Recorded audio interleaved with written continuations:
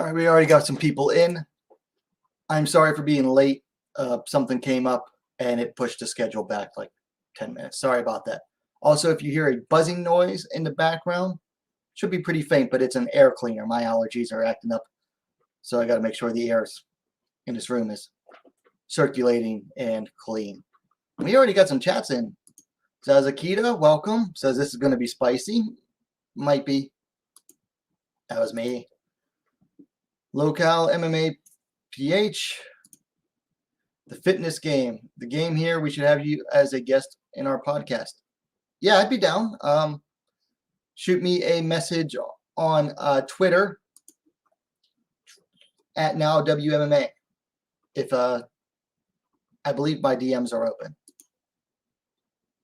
Russell Ravella says who won. So that's the whole point of the weekend recap. We go over, who won each fight. Do you guys see that enough Filipino fans coming in on one's videos that Chatri is actually having some sort of body review of the fight? Yeah, so we're going to go over that. And then Raw Hobbies and Lifestyle says 10:42 morning now in Asia. Yeah, it is 10:43 p.m. here. So, excuse me. Like I said, allergies. All right, so let's get this week recap started. And then we're going to talk about controversy and crybabies. What's up, Perez? All right, so let's start with one Enpower. I already did a recap of one championship, but we'll go over these again. First up, in the Atomweight Grand Prix alternate bout, Julie Meza Barba defeated May Yamaguchi via unanimous decision. Meza Barba looked good, but I can't help but feel that May Yamaguchi is seriously losing it anymore. To me, it just does not seem like she has it anymore. She's so hesitant to throw. All she's doing is waiting for openings to land a big right hand, hope it lands and gets a knockdown or a knockout.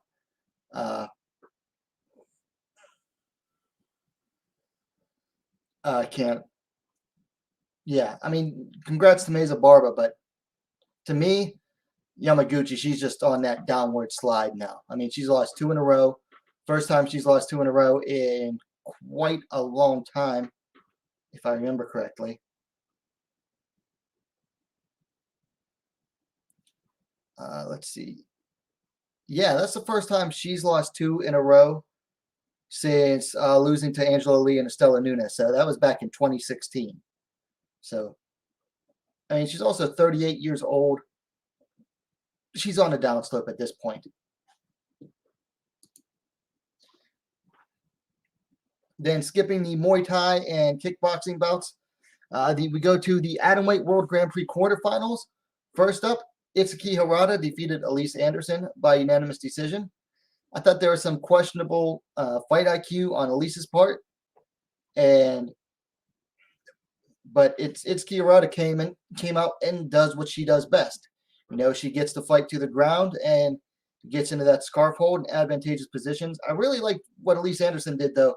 In times when she was stuck in the scarf hold, she would be on bottom.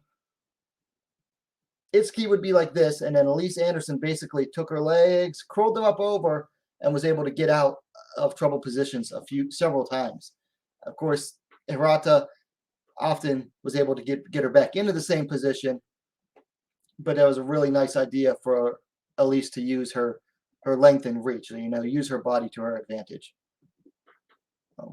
But Anderson had Hirata in trouble in the third, but Hirata really nice, survival instincts there. Finally, Crazy B has a winner on their hands. Then in the second Grand Prix quarterfinal, Ritu Phogat upset Mung Bo via unanimous decision. This, again, comes down to some bad fight IQ and another fighter's really good survival instincts. Mung Bo could have finished this in the first round had she made Ritu Phogat fight to her game. She had the big knockdown.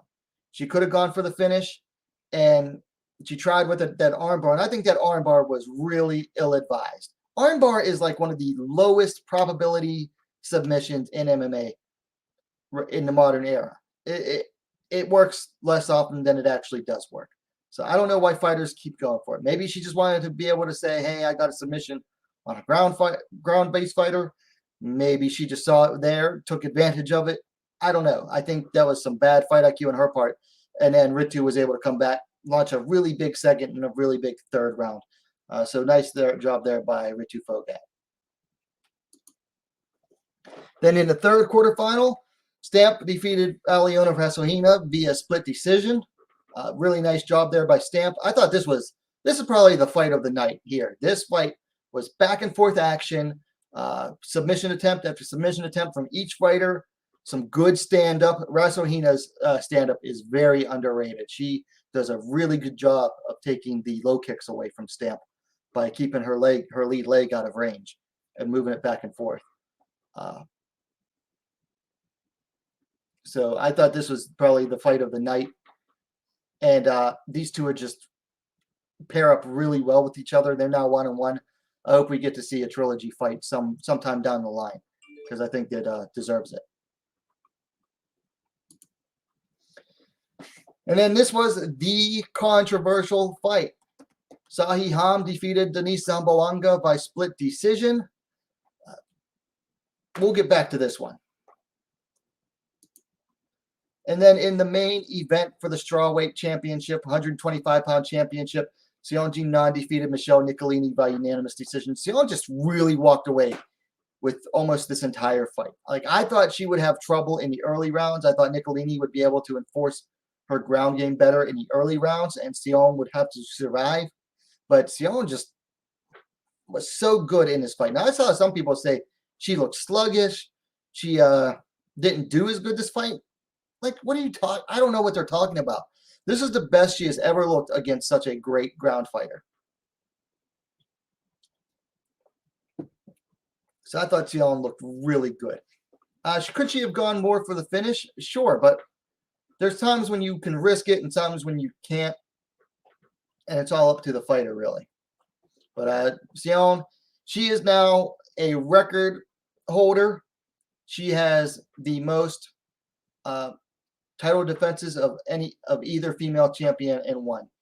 She is the inaugural strawweight champion and has now defended it 5 times. Angela Lee only has 4 title defenses.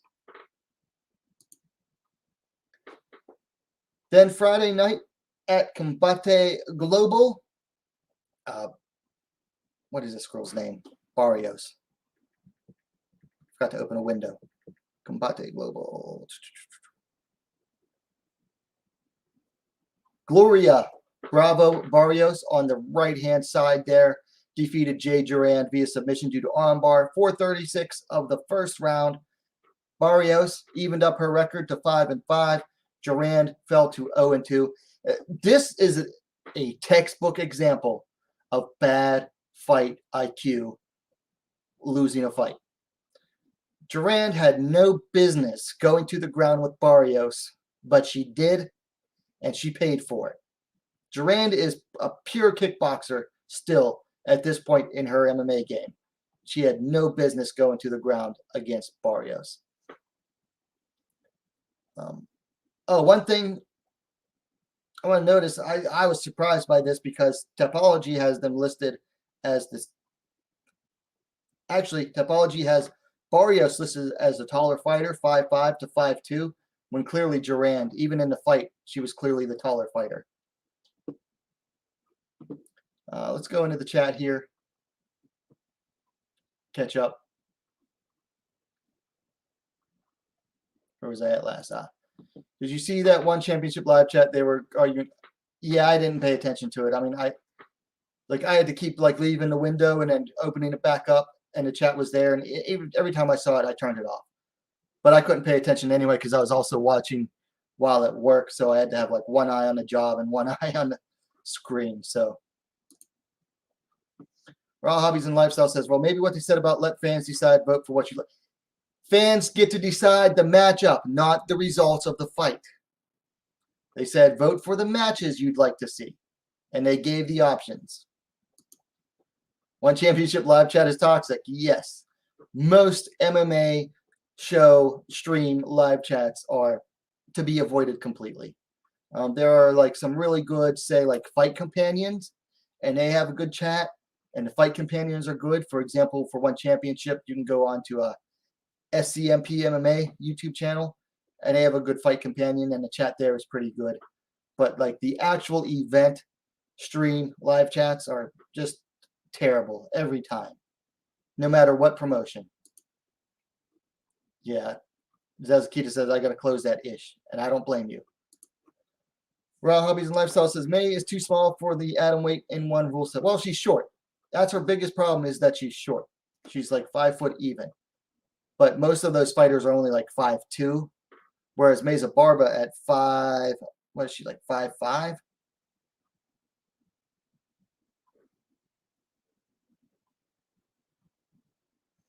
.53. So it's really only 3 inches of height difference. Just that Meza Barber knows how to use her height and reach, whereas your typical MMA fighter usually doesn't.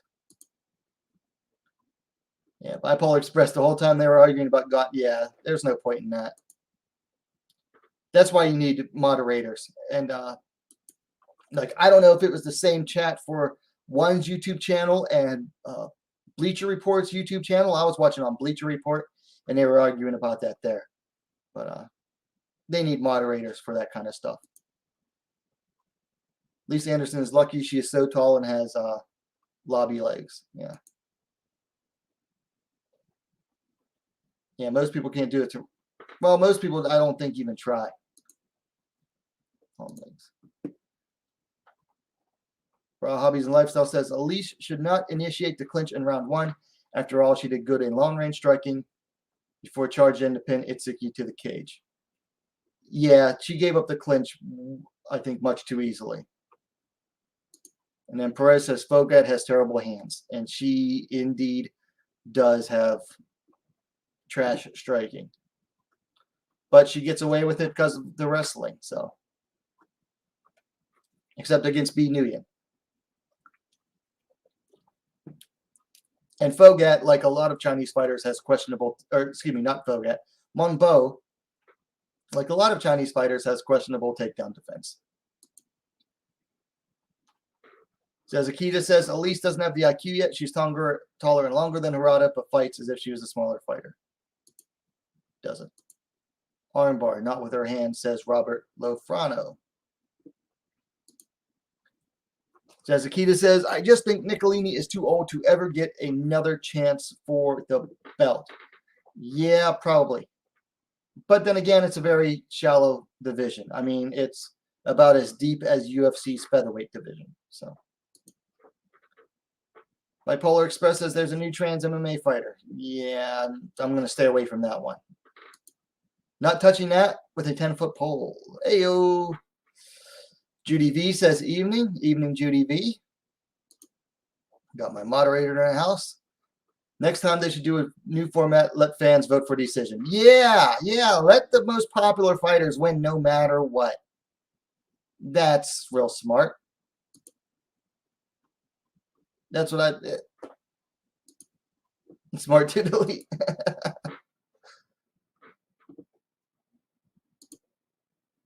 Oh, he was joking with that. Okay. He was joking. He's got the smiley face on there. Okay.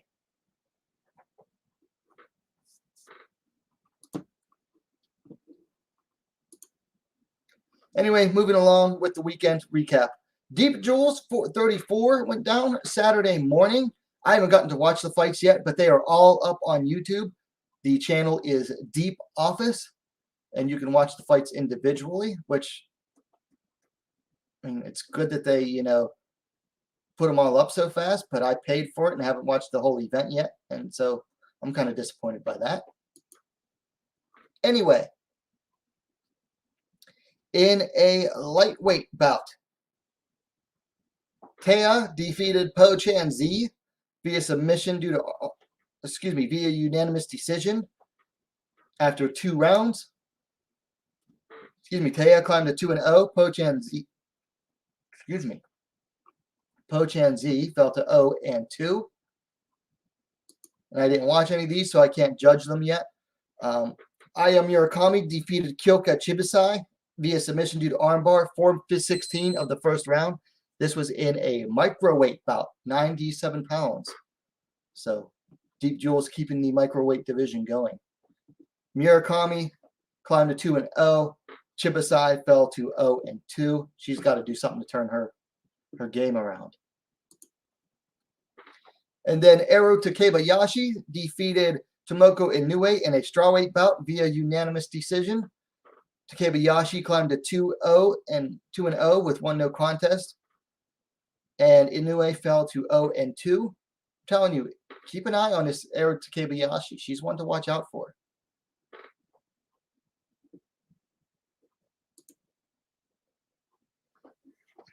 And then I actually read the play-by-play for this one. So we had the tag team grappling bout.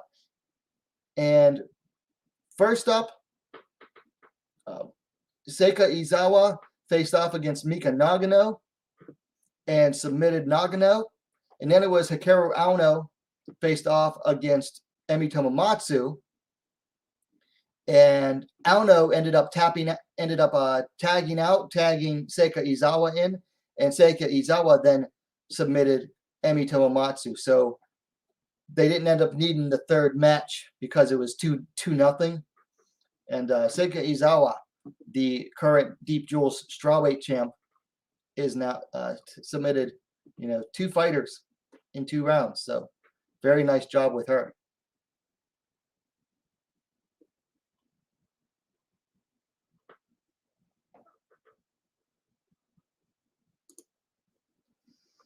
Oh, anyway, moving on. In the co-main event at flyweight, Mikiko Shimizu defeated Kate Oyama, or Kate Lotus, via unanimous decision after two rounds. Shimizu climbed to 3-1. Oyama fell to 1-2. Mika Nirvana, she's not a bad fighter at all. Kate Lotus definitely needs some work. I think she was, rushed into her pro debut. And of course, she's being heavily marketed because of her looks.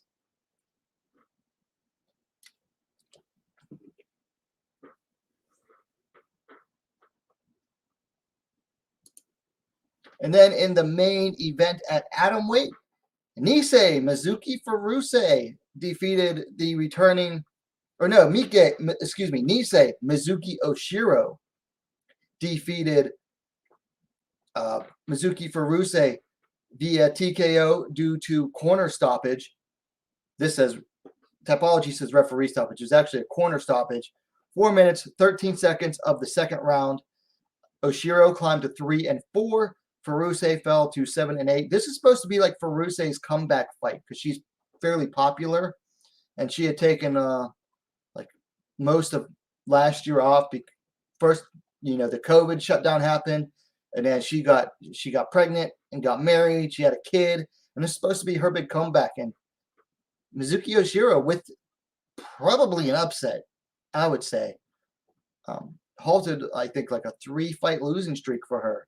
So Nise with the upset here, and she was mounted on Furuse and was pounding when the corner threw in the towel. So, I'd like to see more corner stoppages in MMA.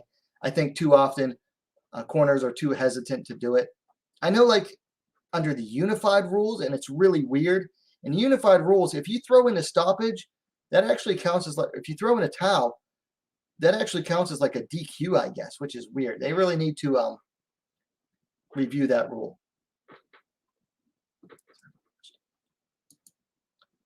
Anyway, moving on, we had Road FC 59 had 2 ladies bouts. First up, 17-year-old Shin Yujin defeated Lee Eun-jung via submission due to rear naked choke at 4 minutes, 50 seconds of the first round. Shin climbed to 4-0. Lee fell to 1-3. Keep an eye on this young lady. Okay, I know like all the attention is on Victoria Lee because of one championship, but this is another teenage wonderkind that is doing really well so far. Only 17 years old, she's already 4-0.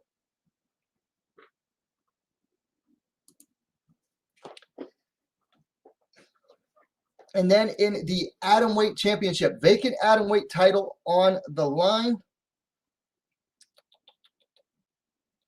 Shim Yuri defeated on the right-hand side there. Shim's on the right. Defeated Park Jong-un via, I believe it was majority decision. Topology says split, but according to the website, Road FC website, majority decision. So one judge saw it a draw, two saw it for Shim. Now, I've got to see this fight somewhat. I haven't gotten to watch it again. I got to review it, but this was a darn good fight. Did not go how I expected it to. I thought that Park was going to be able to get Shim down, and it would be over from there. And in the first round, it almost was. Park had Shim down in the first round, made it to her back, had a rear naked choke, 3/4 of the way sunk in, but Shim was able to fight the hands off and escape out the back. It happened again in the second round, and but in the third round, Shim was able to beat all of Park's takedown attempts. But the striking here, man, Shim did really well to basically keep Park on the back foot for the most part. Really good, just using her length and reach, because Shim is very tall. She's 5 feet 6 inches, however many centimeters that is. 168 centimeters as an atom weight. That's tall. Just really good use of her length and reach. And much like in the first round of their first fight, Park just didn't really have any answer for the length and reach. She just didn't have, any good entries. Not to say, and this was a good fight too. Also, I will give credit to Park for one thing. She utilized the low calf kick a lot. And by the end of the fight, Shim actually had to be helped out of the cage because her leg was that busted up. So really good fight. I posted it to a community post. Please go check that fight. And then we're almost done here. And then we'll get to the chat. At UAE Warriors 22 yesterday, Saturday, Corinne Laframboise defeated Ellen Alberg via TKO in the first round. I haven't seen this fight yet, but really nice job by Corinne Laframboise to defeat Ellen Alberg via TKO in the first round.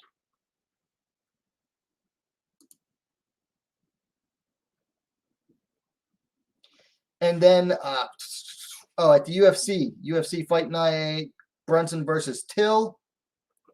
Molly McCann on the right there defeated Kim Ji-yeon via, split decision? Unanimous decision.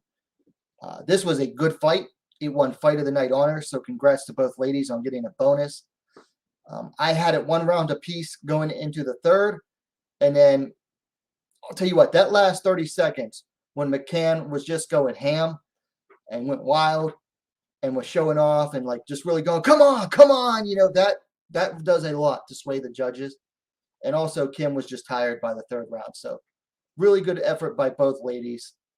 Like I said, I had it 1-1 going into the third round, and then McCann ran away with it. And didn't really run away with it, but she did enough to win in the third round. So good job, Molly McCann. I still can't stand her, though. The Scouts are like the trailer trash of England. Well, no, that's Chavs. Scouts are like one level above Chavs, I guess.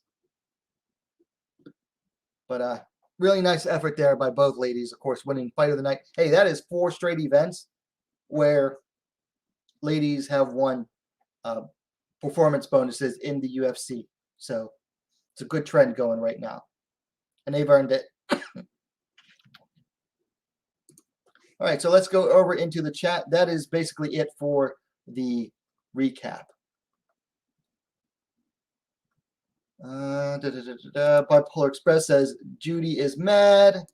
Judy B says Judge Judy in the house. Don't tell me you think Ham won against Zamboanga. Yeah, I think she did enough to win. Bipolar says she's obsessed with me. And Judy says you should be honored. Hey, Judy's a classy lady. Does anyone know Hana Dates and Nori Dates Instagram? So I don't know. Hana Date doesn't have an individual one. I think Team Date has their own Instagram. So yeah, you have to go to team date, and I will type it up in the chat here. The actual full name. It's TDBUJUDU_SISTER.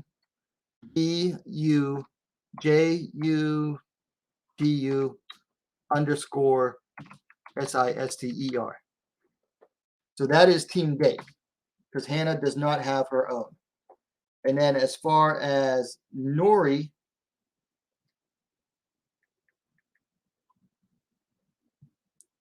Nori is NORI_Pravajra.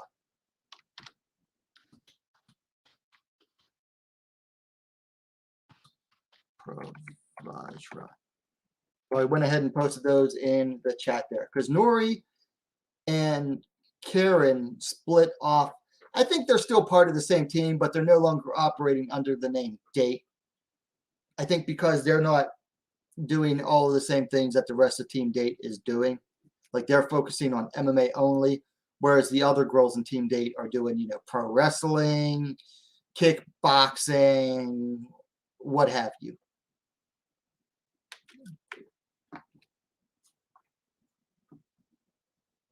Bipolar Express says, anyway, I think Sion Jin Nam beats the entire UFC strawweight division. I strongly disagree, but you are entitled to your opinion.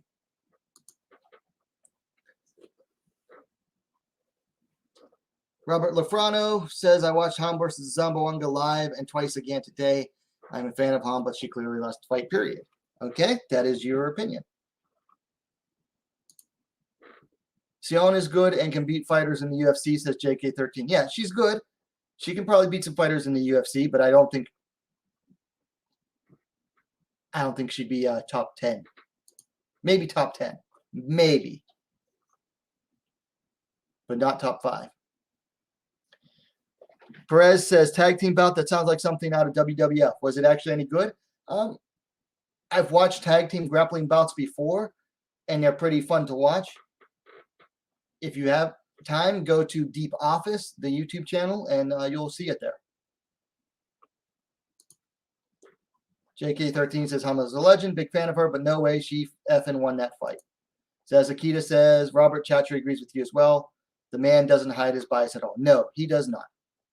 He does not hide his bias. So people saying one wanted Denice to lose her morons. Yeah, those to me are the biggest.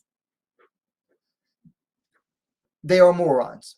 They are morons, and they are blinded by rage and emotion, because the whole narrative leading up to this was talking about the 4 homegrown one championship fighters: Denice, Itsuki, Ritu, and Stamp. Okay?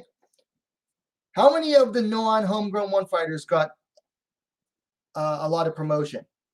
Ham didn't get any. Elise didn't get any and even mentioned it. Okay? She was not happy with it. Munbo didn't get anywhere near the amount of promotion that Ritu did. Also, she had to sit on the sidelines and wait and go through 3 different freaking opponent changes. And then Eliona Rasuhina barely got any promotion either, and she won the fight. All the talk was about Stamp arguing that she didn't tap and the controversy of the first fight. There was no controversy. Even freaking Mitch Chilson, the commentator, even he had to admit there was nothing controversial about it because Stamp tapped out. But the entire narrative going into the fight night was focusing on the 4 homegrown one championship fighters. Okay, never mind that they had the #1 atomweight in the world, Sahi Ham, fighting for them finally. They barely acknowledged it. When she made her entrance, what did Michael Chilavello say? Ham finally has the opportunity to prove that she belongs among the best in the world at atomweight. Bro, for real? For real, Chilavello? Akita says, one wanted Denice to beat Ham so they could say their organization is the best. Yes, that has been their whole goal all along. Anytime they bring in outside champions, their goal is for the one championship fighters to win. What did Chatry recently say about the UFC guys? He goes, UFC claims to have all these great fighters, but you look at the one championship, you look at the fighters that come to the one, and they all get knocked out. It's like, well, first of all, nobody ever claimed that Sage Northcutt is a great fighter, and he was never a champion. DJ, Demetrius Johnson, went through your whole freaking tournament and then sat on the sidelines for over a year before fighting and got knocked out to a guy that looked like he was 2 weight classes above him. And Eddie Alvarez had mixed results in the UFC anyway. Great champion, and has been champion just about everywhere he's fought except for one so far. But the fact is, the guy's in his late 30s and on the downslope.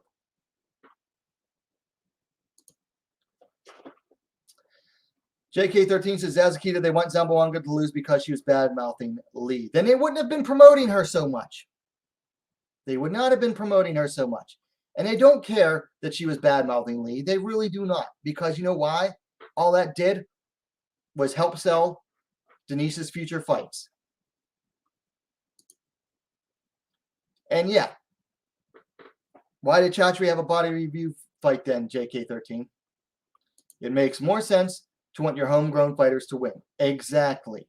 They wanted the homegrown fighters to win.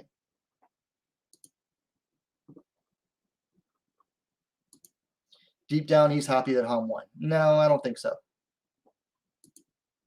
If he was happy that Hom won, he wouldn't have said he disagreed with the decision.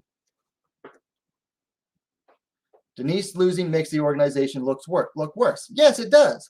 Because they were acting as if Hom still hadn't proven herself among the best. So for her to come in and beat their #1 ranked fighter makes the organization look bad. If he thinks like that, he is a very bad businessman. Robert Lafrano says, agreed, although I'm not sure who he's agreeing with. Zazakita says, I highly doubt Millionaire is a complete moron.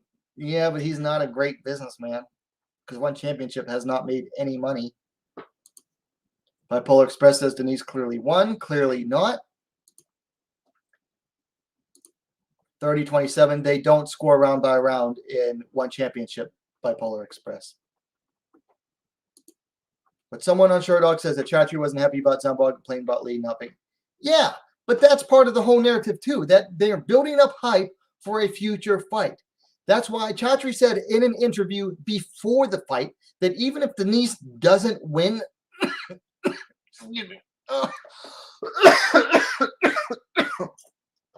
Chatri said in an interview the week leading up to this event that even if Denice doesn't win the Grand Prix, they're still going to make that fight someday. That is a completely different matter, says Zazakita. Chatri, if he was smart, would want Denice to beat Hom, a legend, then lose to Lee. Yes. Because if Denice beats Hom, the legend, then she becomes the man. And then if Denice wins the Grand Prix and Lee fights her and wins, then Lee beat the man who beat the man. Exactly. Then Chatri can say, look, Lee beat Denice, who beat Hom, a legend. That's smart. Yeah, that is right. And JK says, completely understands you. Great benefactor says, be nice. Yeah. I think everyone's being nice. Anyways, Hom clearly lost. There's the Instagram accounts I sent. Raw hobbies and lifestyle. I don't think one involved in the decision right on spot. If they involve the decision, Angela won't lose against Nicolini, and Christian Lee won't lose against Nguyen. Very good point. The only reason, and I'm going to get into this, the only reason they're looking into this one is because the massive ish storm being launched across their social media platforms. One says Zazakita is so upset at the judges. Haha. Oh, and to go back to this, there have been times where Chatri straight up ruled in favor of the Lees too. Every once in a while, one rules against them, but that is purely because they don't want to see like, oh, then they can say, well, we don't always rule in favor of them. But for the most part, they do. Zazakita says one is so upset at the judges. No, one is upset that they're being trashed across social media by a particular fan base from a particular country. It's their own judges, by the way, too. Like, they have no third-party oversight. When UFC goes anywhere, they fall under an athletic commission. When Bellator goes anywhere, they fall under an athletic commission. One championship keeps everything in-house, so they are only responsible to themselves. Anyways, Ritu versus Bo was a effing war. Such a good fight. I think Ritu versus Rata might be in the finals. It could be. Depends on how the semifinal matchups go. I started watching One Championship because it was different than UFC and actually has a female atomweight division. Well, their atomweight division is at 115, which makes it strawweight. Judy V. and says, in my opinion, and it's the only one that counts here, Denice won. However, too much grappling, cleaning from Denice. Ham did great round 3. I think that's how it went down. Well, most of the grappling wasn't very effective, and that's the thing.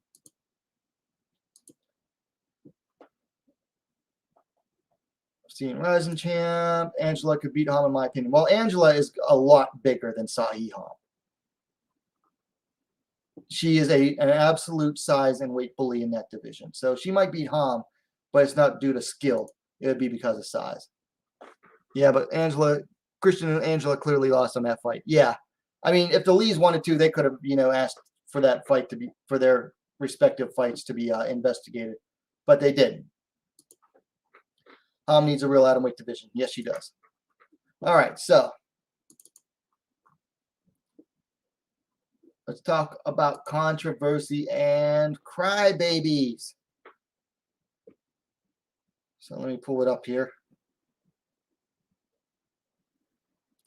So one is going to be looking at this because Denice cried her eyes out in the post-fight press conference, and angry Filipino fans are bad-mouthing one and just attacking them across every social media platform. Apparently, One Championship's YouTube videos are getting downvoted like crazy.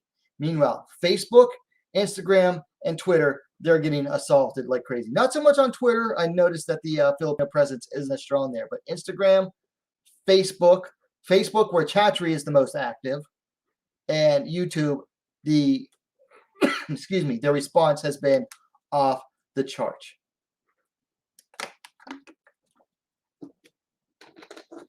And that is the only reason why they are going to review this fight. If Chatri said, I disagree with the decision, he disagreed with Ritu Fogat's loss to B. Nguyen. But did they do a review? No. No, they did not. The only reason they're doing the review on this fight is because of the epic backlash from crybaby. And I'm sorry, crybaby, outright crybaby Filipino fans who can't get over the fact that a Filipino fighter lost.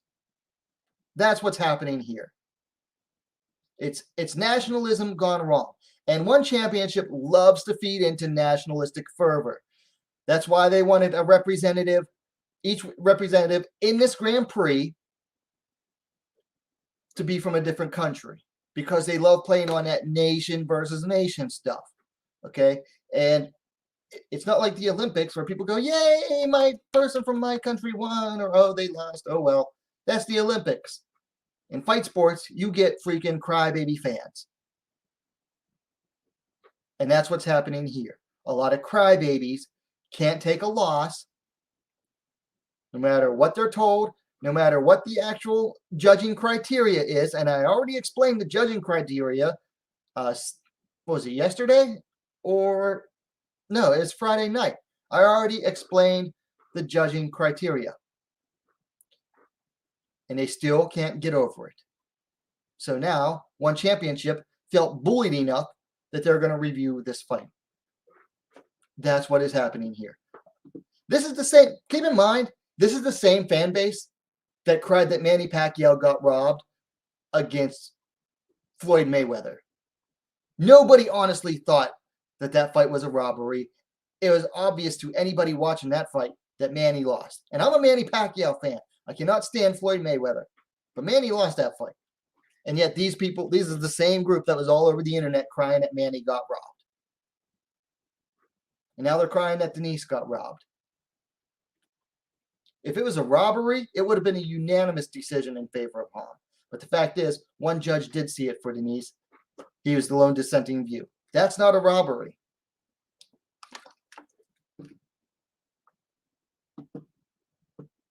So yeah, Filipino fans right now are the biggest crybabies on the internet right now. And people can say whatever they want about me. They'll say, oh, you don't like Filipinos. No. I dated Filipinos in the past. I like the country. I like the food. But guess what? When it comes to fight sports, they're crybabies. Hey, they love their fighters. They support their fighters no matter what, and that is admirable. But the crybaby aspect of it, when their fighters lose, can't stand it.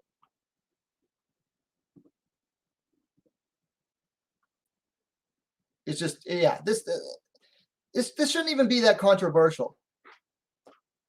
And the freaking Philippine fans, they're not even like, being honest. Like they're straight up being honest about it. Like if you don't overturn this fight, you're gonna lose to Filipino fans. Like really? It's that bad? It's that important for you for a girl who was unknown last year? Nobody even knew who she was last year.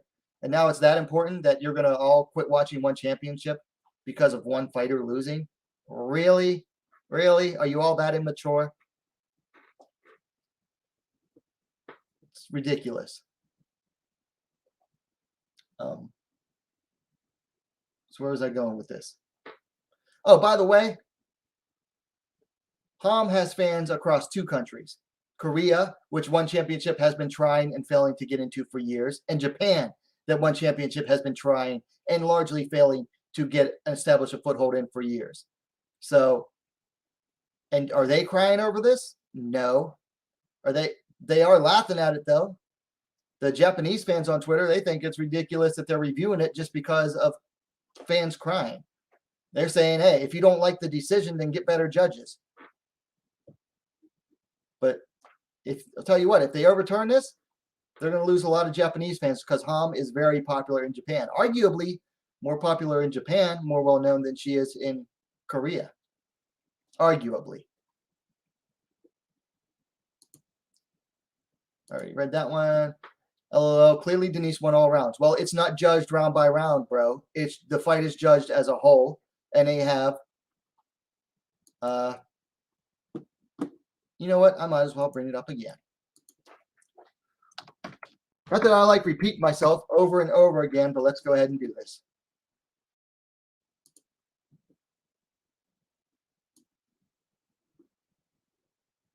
Because people don't know actually what people apparently don't know what the F they're watching.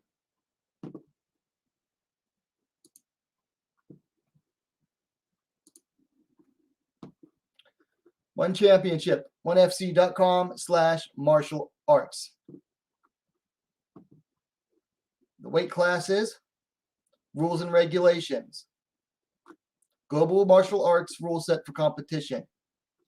Decision wins. In the event that a bout goes the distance, it goes to a judge's decision. The 3 judges will score the bout in its entirety, not round by round. Judges will utilize the 1 judging criteria in descending order of importance to determine the winner of the bout. 1 judging criteria, and keep in mind, in descending order, near KO or submission, neither of them really came close to finishing the fight. You can argue that Hom was getting the better strikes in at distance. Damage. Internal, accumulated, superficial. Denice left the fight the more damaged, and that's not even counting the cut she opened up by her own initiated clash of the heads. That was her fault. Look at the picture again. Denice was the more jacked up fighter than Hom. So there's your damage. Striking combinations and cage control. Cage generalship. Ground control, superior positioning. Hom was outstriking Denice, outlanding her at range. In the clinch, it was even. Cage generalship, ground control. How much ground control did Denice actually have? Very little, and it was all within like what, the last minute and a half of the third round. Superior positioning.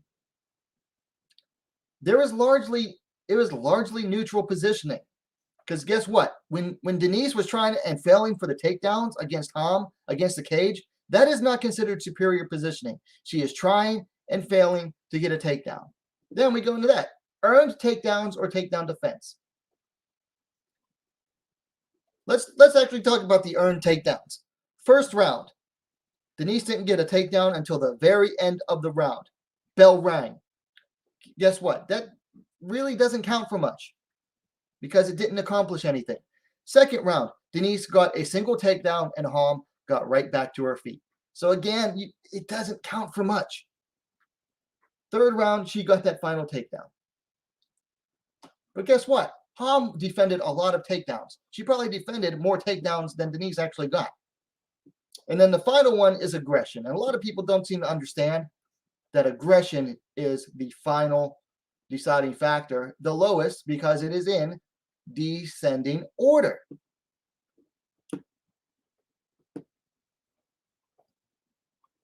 So there you have it.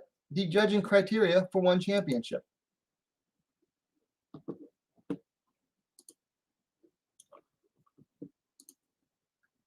JK13 says, I feel bad for Zam. A win against Ham would be really good in her resume. Ham has rarely seen much. It would have been good for her. But I'll tell you what, if they overturn this fight, it's not going to look good for her anyway. Her fans are going to say, well, she deserved it because she got lost. But guess what? One championship loses more credibility. Angela will beat Ham, in my opinion. You already said that. Needs a real atomweight division. It's funny, Angela's big, but yeah, Victoria's very big for this division as well. She's very big. She's not gonna stay in the one atomweight division for long. She's gonna end up moving to strawweight. She's gonna outgrow it. Lee isn't even a real atomweight. She's not. I don't think she's ever fought at 105 pounds in her life. I think Angela walked around 60 plus kilograms. How much is that? I don't use metric. 2.2, not now. 2.2 times. Yeah, she starts her fight camp. Yeah, 132. So yeah, she starts her fight camp at around 60 kilograms. She said that on Facebook. Even in the loss of Denice, she's deserving of a shot.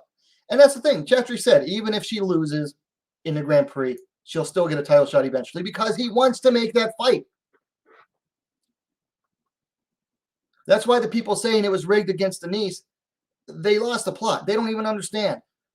One championship wanted Denice to win. They wanted their homegrown fighters to win. It just didn't work out. Great breakdowns as always, man. Well, thank you, local. And that's coming from someone from the PH who should be disagreeing with me. Never was. Yeah, Ham was coming off a 2-year layoff coming into this. Elise Anderson as well. So I think that's the biggest thing here. If Denice couldn't clearly win against Ham coming off a 2-year layoff, what's she going to do against a Ham who's already fought her? Because there are some people saying, well, they should just rematch real quick and then continue with the Grand Prix.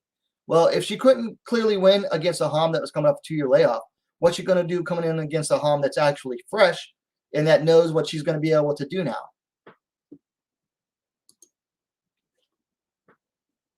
Not only Filipino fans, but the world. No, it's 95% Filipino fans. Come on now. Zazakita says Indian fans weren't loud enough. They weren't. I'll tell you what, they're certainly loud in my comments because I picked Mumbo to win. But yeah, they weren't loud enough when she lost to B. Nguyen. They should have been. Because apparently that's enough to get a fight overturned. Or at least get them to look at it.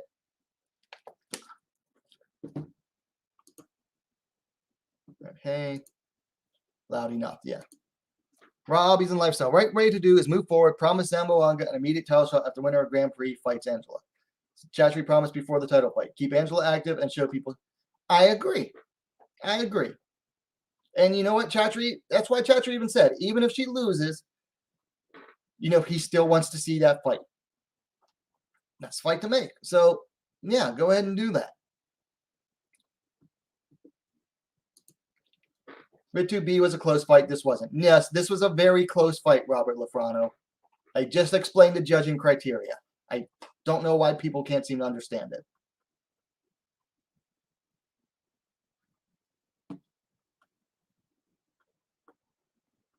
Where am I at? It's not the fact that a Filipino lost. It's the fact that Zam won all 3 rounds, but then lost the decision. Again, it is not round by round scoring. The fight is judged as a whole. Denice won that fight. Nobody's going to complain because their fighter won. That's why no one would complain. Do you think one has the balls to change the decision, or are they that corrupt? Are they that corrupt? Yes. Do I think they'll overturn the decision? I think at most, if they do it, it'll go to a no contest and probably redo the fight. Although I don't know, because they're trying to have the Grand Prix wrapped up by December. I think if they overturn it to a Zamboanga win, they're just going to show their whole ass to the world. Because you go on social media, and anybody that isn't a Filipino fan is saying, well, this is a bad look for one, because apparently they don't even trust their own judges to get the job done, and now they have to go in and look at this, and overturning a decision. Look, it is well known that bad decisions happen in combat sports. You learn to live with it. It happens. Bad decisions happen. But you can't just overturn a judge's decision because you don't like it.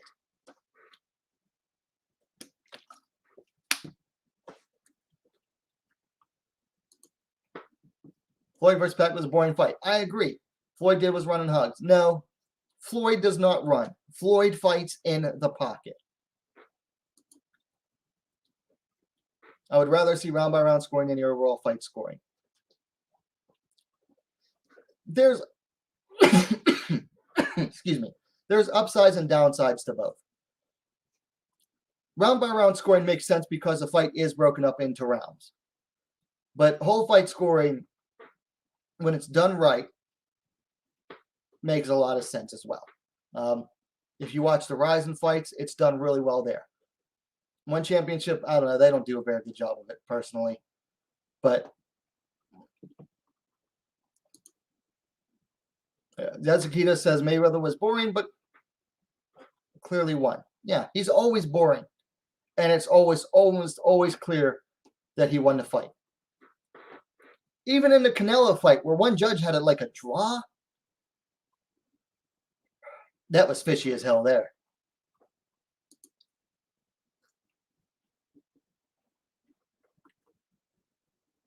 Okay, I'll tell you what is a robbery. Denice versus Gian and getting a unanimous win was a robbery. At least a split. I don't understand this viewpoint. You have fighters say, oh my gosh, that fight should have at least been a split decision. It was that close.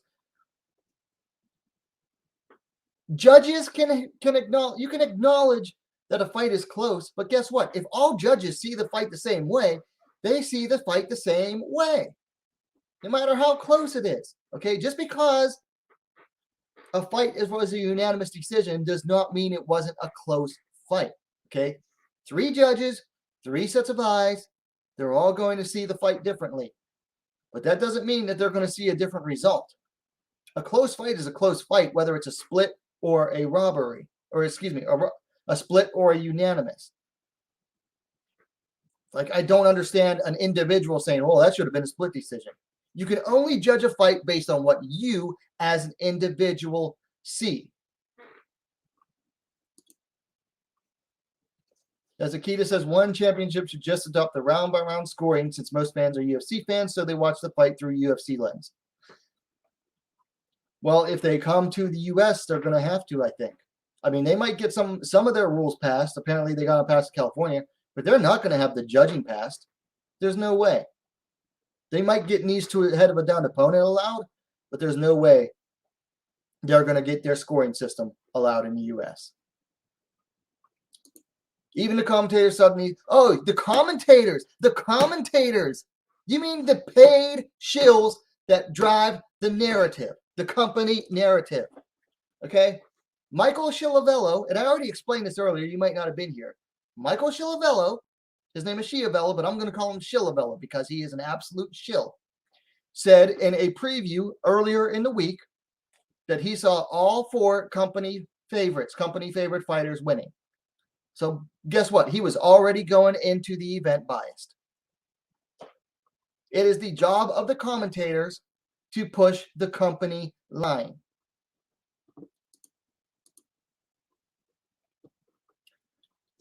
Yes, Zazakita says one championship reviewing a fight in-house is so corrupt. It is. The fact that, excuse me, I don't mean to be gross. And that's rude for me to chew gum, and I apologize for that. Hold on. We got a super chat, and I'll get to that in a second. I understand that not every country has athletic commissions to rule under. So sometimes promotions have to do in-house. But when there is an oversight committee, and you can pay independent oversight committees to come in and do the judging for you. One championship has that option. They choose to keep everything in-house because they want to control everything. Singapore has a boxing commission. So they have an independent commission available to them to do their judging, to have their referees. One championship doesn't want it. They have their own referees. Now, some referees you do see elsewhere, but who is their head referee? Olivier Coste, paid directly by one championship. Where else does he referee? Nowhere. So to say, well, we're going to do our own thing, and then if we don't like it, well, we're going to review it in-house too, that means it is double corrupt. It's so stupid, and it makes them look so bad. And then when you ask them, well, who's on the review committee? Chetri says, well, myself, so-and-so, and so-and-so, and then the rest I can't talk about for their own safety, for their protection. Come on now. We got a super chat, and I apologize. I didn't notice this yet. The Great Benefactor sent a super sticker. Thank you for that, Great Benefactor. I didn't even see it yet. Where's it at? The Great Benefactor with a super sticker. Thank you very much. But leave a comment next time. I prefer comments. But thank you for the super sticker.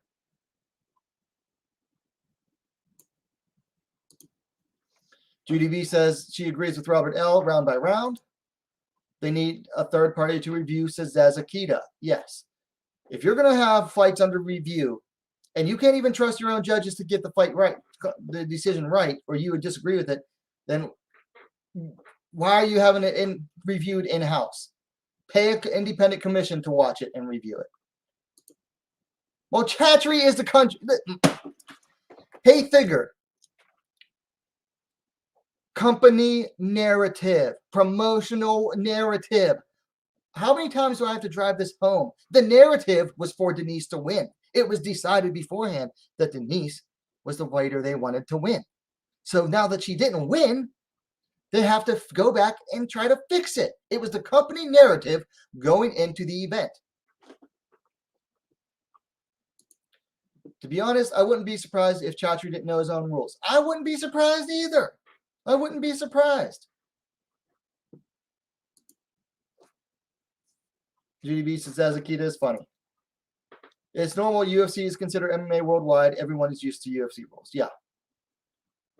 Especially once, Pride Championship died, and that rule set mostly died out with it. One Championship's rules are mostly, just Pride rules. But once Pride died, UFC truly took over as a worldwide promotion. And that's when everybody started getting used to their rules. Shudo, like even the other Japanese promotions, all changed to the unified rules of mixed martial arts. Pancrase, Shudo, they all changed to unified rules.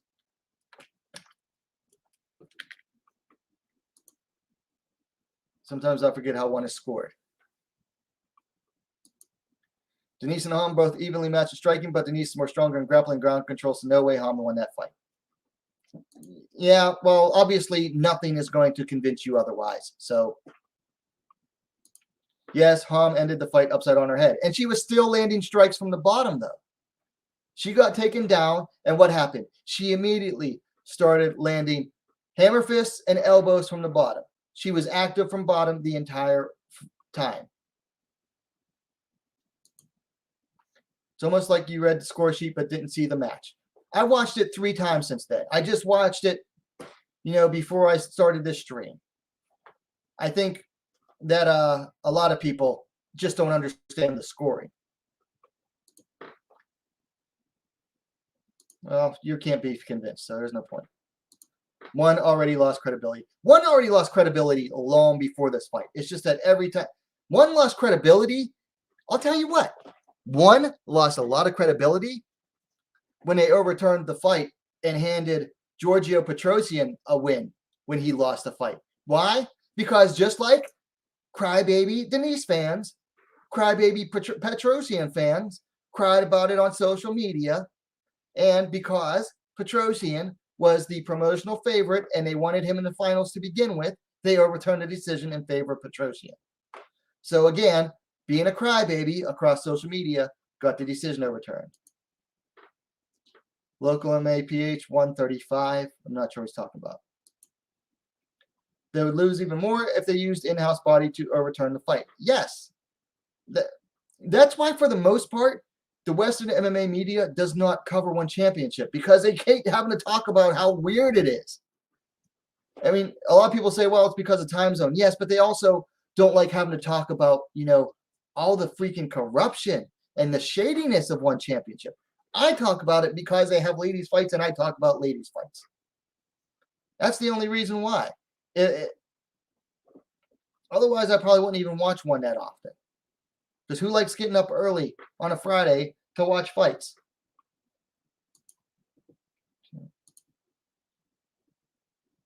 Robert Southman says Angela isn't making her way back to the weight. She might not. Says Akita says that is a shady organization, should have the power to overturn their fights. Shouldn't. Post Mommy Hood, she's going to be bigger than before. It's possible. She's already working out, though. Diane YT in the chat. Robert Southman says this Grand Prix is not being concluded anytime soon. Probably not. The plan is for December. That's way too fast. And yeah, people were saying this when it was first announced, that they weren't going to, the plan was to have it done by May. Back when it was first announced, and then that never happened. It got pushed back to, didn't even start till May. And they said it was going to be done by November, and then it got pushed back again. So now they're saying December. Who knows? Unified rules, I think DZ won via UD, but considering one rule set, split for me. See, that's the thing. You got to fight to the rule set.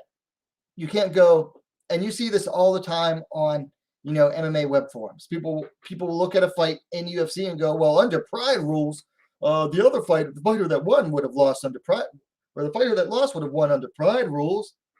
Well, you don't fight under Pride rules. Or like Local says, Denice would have won under unified rules, but again, they're not under unified rules. You got to fight to the rule set. That's why Hom straight up said, and she said it, repeated herself 3 times in the post-fight press conference, go study the rules. You got to fight. You don't fight to the rules you'd like to fight under. You fight to the rules that you do fight under. This isn't the first fight I've seen Hom win like this.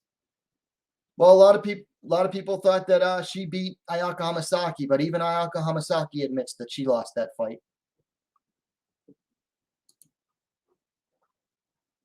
Because the significant strikes of Hom during round 2 and 3, she was pushing the pace. But I think DZ deserves a first and third round. But like you said, one rule set is different. It is very different.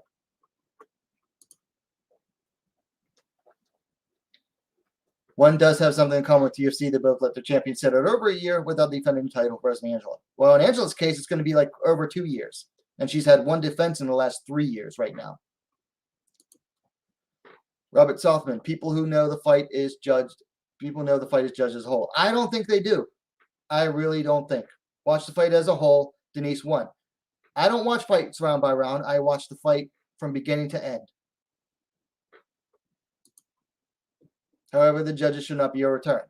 I agree with you on that one, Robert. Local says Mayweather isn't boring. People just don't appreciate defensive boxing. Hit and not get hit. Yeah, what Mayweather does is, I don't like Mayweather for a lot of reasons. I don't find his fight style personally very exciting. But when you understand what the Philly shell is and what it does, it is a beautiful piece of defensive work. I mean, and a lot of the fighters under the PBC banner that Mayweather fights with or co-promotes with, a lot of them try to emulate that style, and they just can't do it. Mayweather mastered the Philly shell defense. But that's because Mayweather is like an absolute gym rat every day in the gym, perfecting his craft.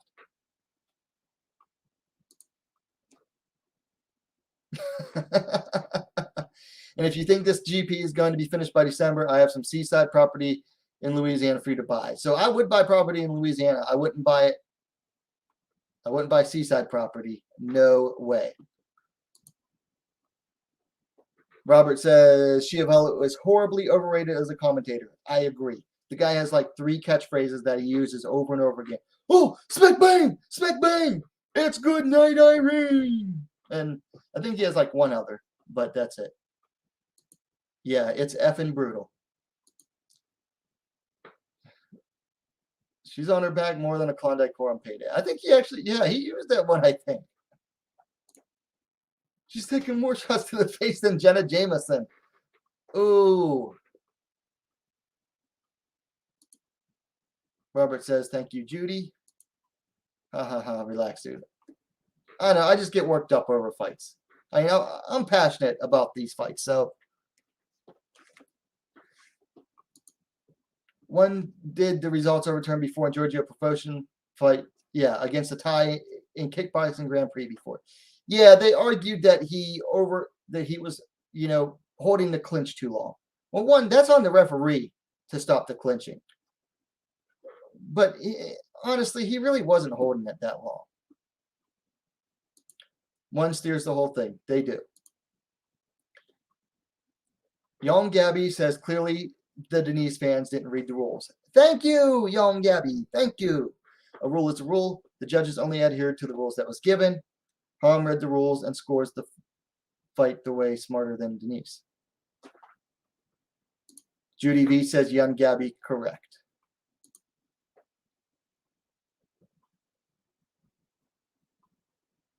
If this is a close fight, that it can go either way, then nobody would complain.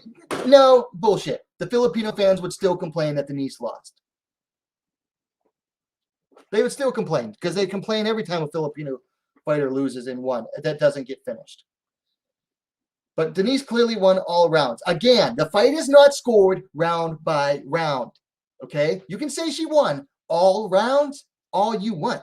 But the fight is not scored round by round. And with that, I'm done reading your comments now. Yeah, I'm trying not to get triggered because it is way too late at night for that. It is almost midnight here.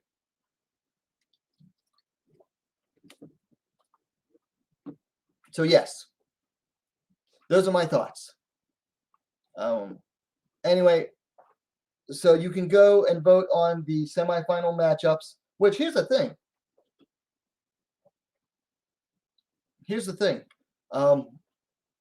People are already voting for who they want to see in the semifinals.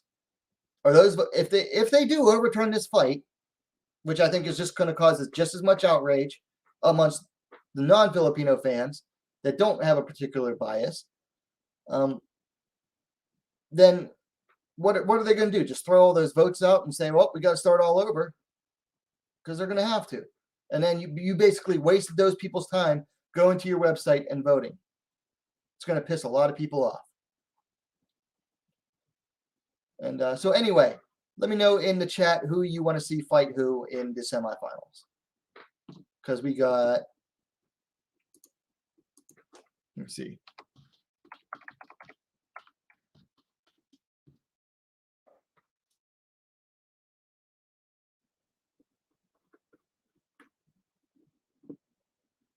don't have the stupid graphic. Let me find the graphic real quick here. But go ahead and let me know who you'd like to see fight who in the semifinals.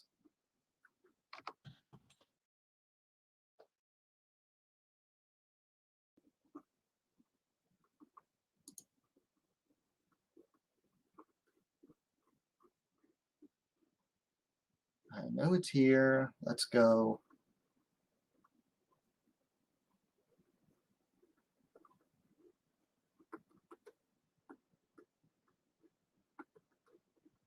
Maybe it's not on Twitter. Let me try Instagram.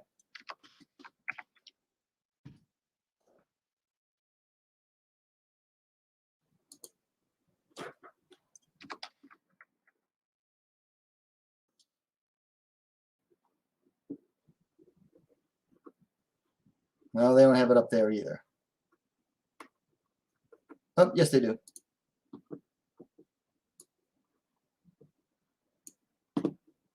So one championship, you decide the semifinals. It's Kiyarata, Ritu Fogiat, Stout Phoenix, and Sahi Ham. Who do you want to see win?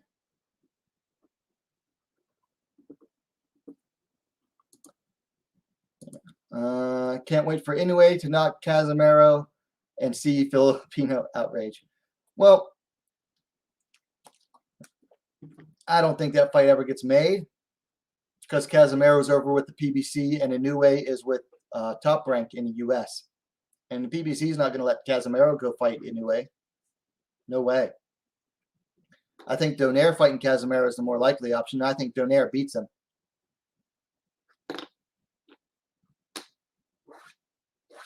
By the way, you want to see a terrible fight, go watch Casemiro versus Rigondeaux.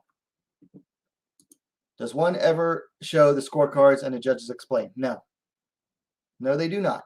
Because that would mean, that would actually be transparency. And one championship does not want anything to do with transparency. Zezakita says Ritu versus Rada and Ham versus Stamp. That was who I voted for too, because you get a grappler versus a grappler and a striker versus a striker. And then you guarantee that you get a grappler versus a striker in the final round. Ritu's comeback was a thing of beauty. It was. It was a thing. It was very nice. She did a very good job coming back and very good survival instincts and did a very good job. Like, I picked Mumbo to win, and it's funny because the Indian fans are all up in my comments like, you got wrong. I'm like, okay, good. I don't care. I had Mumbo pegged to win the whole GP. So. As Akita says, Ritu's wrestling is dangerous for anyone in a Grand Prix as long as she doesn't get knocked out. L says Judy. Ever since they reclassified their weight divisions, one has been suspect, says Malik Burchett. Welcome, Malik. They keep their weigh-in and hydration test results quiet among other shadiness. Luke Thomas, yes, he has. And Luke is right. Now, I didn't see the final weigh-in and hydration results. They do publish the final ones, but they weigh them and test them throughout the week, and you don't see the initial ones. All they do is they publish the final ones. So you have no idea who cut how much weight. But we know the fighters are cutting the weight because they're on freaking social media in sauna suits running on treadmills and everything. I mean, Itsuki Hirata was literally live streaming from her hotel room in Singapore, running on her treadmill with a sauna suit with a towel wrapped around her head. So they're definitely cutting water weight. Ritu versus Hirata and Alm versus Dams Robert Selfman. So I can agree with that. Raw hobbies and lifestyle. The inconsistent made the judging quite confusing. Some fights from different fight card of one, maybe different judge. They score the fight like unified rules. Yeah, I don't know who any of the judges are, actually, honestly, for one championship. I know like Matt Hume is in charge of the rules and everything. And Matt Hume used to work with Pride because like when one championship first started, they were trying like really hard to be the new Pride, just not in Japan and Southeast Asia. So they brought in Matt Hume to give them Pride rules, Pride style judging, and they really wanted to be the new Pride, much like every MMA promotion wants to be the next Pride.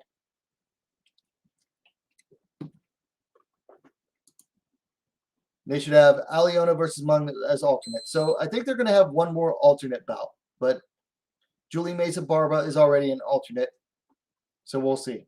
I know like a lot of tournaments, even when they have alternate bouts, they'll bring back one of the fighters, the losers from the previous round, before they'll bring in an alternate, which I'm not in favor of. Why have the alternate bout if you're going to bring back a loser and give them priority over someone who won their bout?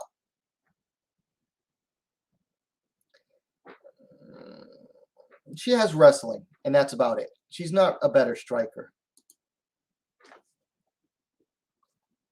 How can you show scorecards when you score as a whole? That's a good question. I mean, they have to write down something. They have to give some reason for why. I wish that's all I want is more transparency. That's what Robert Southman says. Exactly, bro. Zero transparency. The whole fight judgment idea is BS. When it's done right, it works really well. Like, you rarely see controversial decisions in Ryzen, and that's because they brought back the same judges they used in Pride.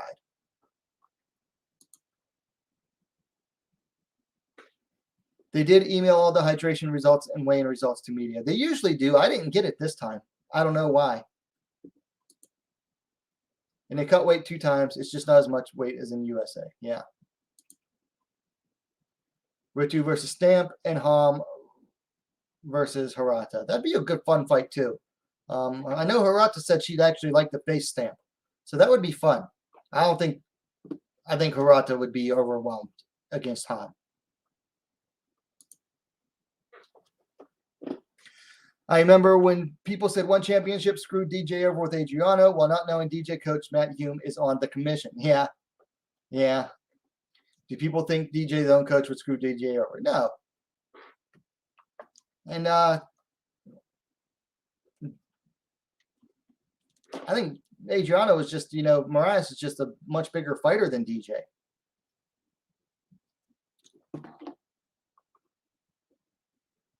And that was a good fight leading up to that knockout too. It was good. DJ had his moments. He was losing up until the knockout, but he had his moments. So it was a good fight overall. Anyway, something else I want to show you. This is why you don't just go overturning decisions whenever you want. Because, where did I see it? Okay.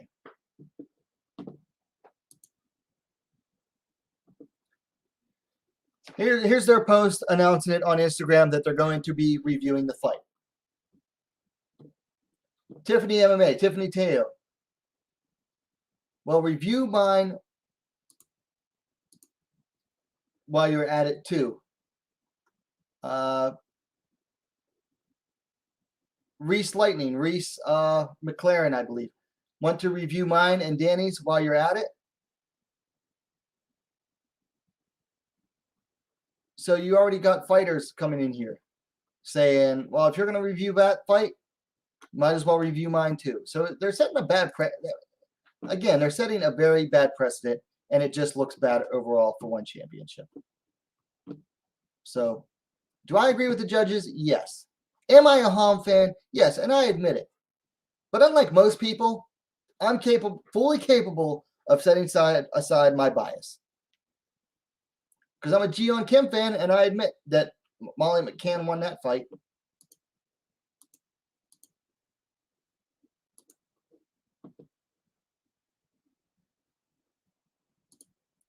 To be fair, Adriano has made flyweight before in other countries. Yes, he was the Judo Brazil flyweight champion. I was busy explaining that to a lot of people when that fight happened too. That, yeah, Adriano Moraes was the Judo Brazil flyweight champion. Now, he might have grown since then. I don't know. He is a young man. He's only in like his early to mid-20s, so maybe he grew since then. But still, he made flyweight in he made actual flyweight, like legit 125-pound flyweight before. So there's no. So of course he makes 135 now. Listen, even in the UFC at 125 pounds, Demetrius Johnson was a small fighter. He was smaller than most of the flyweights there. So of course he's going to be small fighting at 135.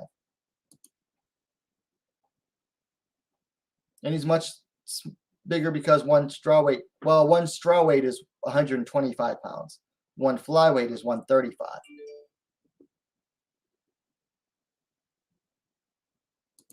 And then I am a Denice fan and absolutely impartial saying this. She won. Okay. But if you say so. I mean, I explained using the judging how Harm won. But most people seem to just keep going, takedowns, takedowns, win the takedowns, and whatever. Not saying that you are, but I think most people are just looking at this clearly through nationalistic lenses. But you're Canadian, so.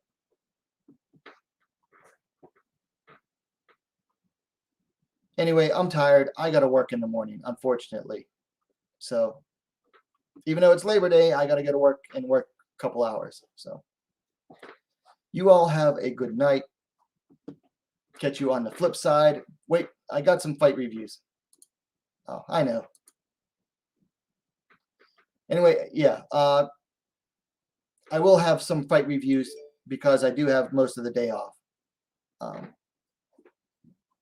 So I will try to get some fight reviews up finally, because once I get done with those 2 hours, I get the whole day off. Just couldn't get to them today. But anyway, if you are watching on the replay, let me know your thoughts in the comments down below. If you haven't liked the stream yet, please give it a like. It gets the algorithm going. While you're at it, go ahead and subscribe to WMMA Scene Now, the most complete women's mixed martial arts dedicated platform on YouTube. GDB says, you go long chat. Ashia would say, yeah. Yeah, good night, Irene. Cool T Vlog says, Denice is a warrior to headbutt and gut blooded. You don't win a fight based off of one takedown, no. Cool T Vlog. That's not, you don't win a fight because of one takedown. Not when the fighter on bottom was still getting off strikes of her own from bottom. That's just not how it works. Anyway, everyone have a good night. Good night, Judy V. We'll leave it at that.